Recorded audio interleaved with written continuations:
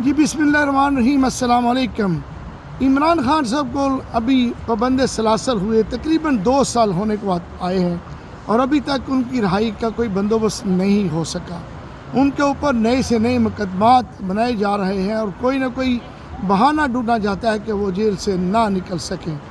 पाकिस्तान तहरीक इंसाफ ने बड़ी कॉल्स भी दी और प्रोटेस्ट भी बड़े हुए, जहाँ पे शहादतें भी हुई।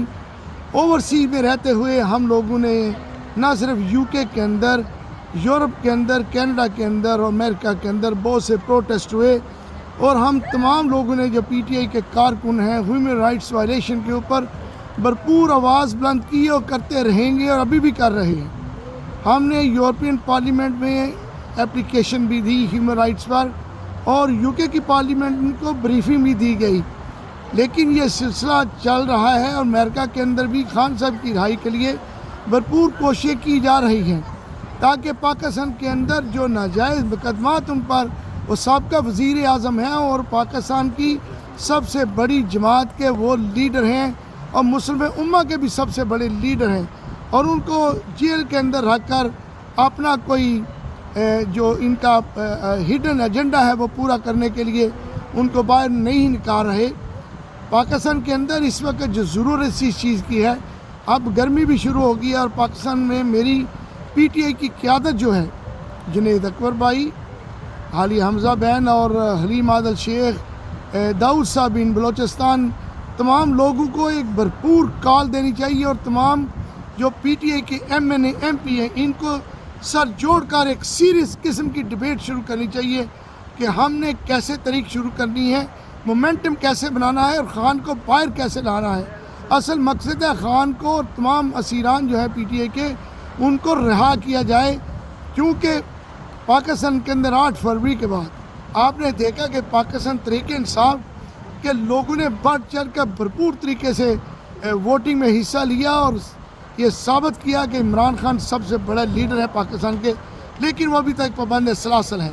हम ओवरसीज़ में रहते हुए ह्यूमन राइट वायलेशन के ऊपर अपनी आवाज़ बुलंद करते रहेंगे और हम हर मुमकिन कोशिश करेंगे कि यहाँ से भी प्रेशर डाला जाए कि पाकिस्तान के अंदर अभी जो अदालतों के 26 तरमीम के बाद अदालतों का जो हशर है, हमें तो अब इंसाफ की उम्मीद भी नहीं रही। इमरान खान ने कहा कि मैं कोर्ट के ज़रिए रिहाई चाहता हूँ, मैं किसी डील का हिस्सा नहीं बनूँगा और ये सबको पता है इमरान खान किसी डील का हिस्सा नहीं बनेंगे। तो कोर्ट्स के ऊपर भी हमें डे बाई डे वो ट्रक की बत्ती के पीछे लगाया जाता है और जैसे ही ओवरसीज़ में और पाकिस्तान में अंदर जैसे ही कोई तरीक़ की बात शुरू होती है तो वो कुछ नया चूरन बेचते हैं कि खान साहब बस 1 दिन में रहा हो जाएंगे, 2 दिन में रहा हो जाएंगे। बनी गाला में सफाइयाँ शुरू हो गई हैं, खान कल आ रहा है, परसों आ रहा है। ये सब झूठ है, ये सब झूठ बोला जा रहा है हमारे साथ। खुदारा मेरी तमाम लीडरशिप से, कारकुनों से ये दरख्वास्त है कि ये घटिया चूरन मत खरीदें और ये जो आपको ट्रक की बत्ती के पीछे लगाते हैं ये मत खरीदें।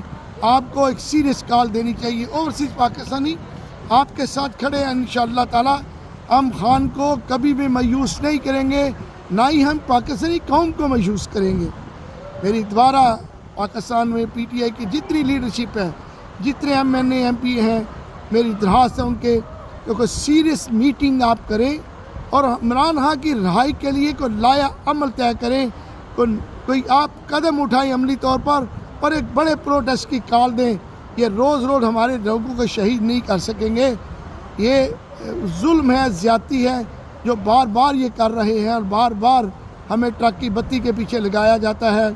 मैं दोबारा कहूँगा ओवरसीज़ पाकिस्तानी अपनी भरपूर कोशिश कर रहे हैं तमाम ममालिक में, हाँ वो यूरोप हो, हाँ यूके हो, कनाडा हो या अमेरिका हो, और हम खान की रिहाई तक चैन से नहीं बैठेंगे।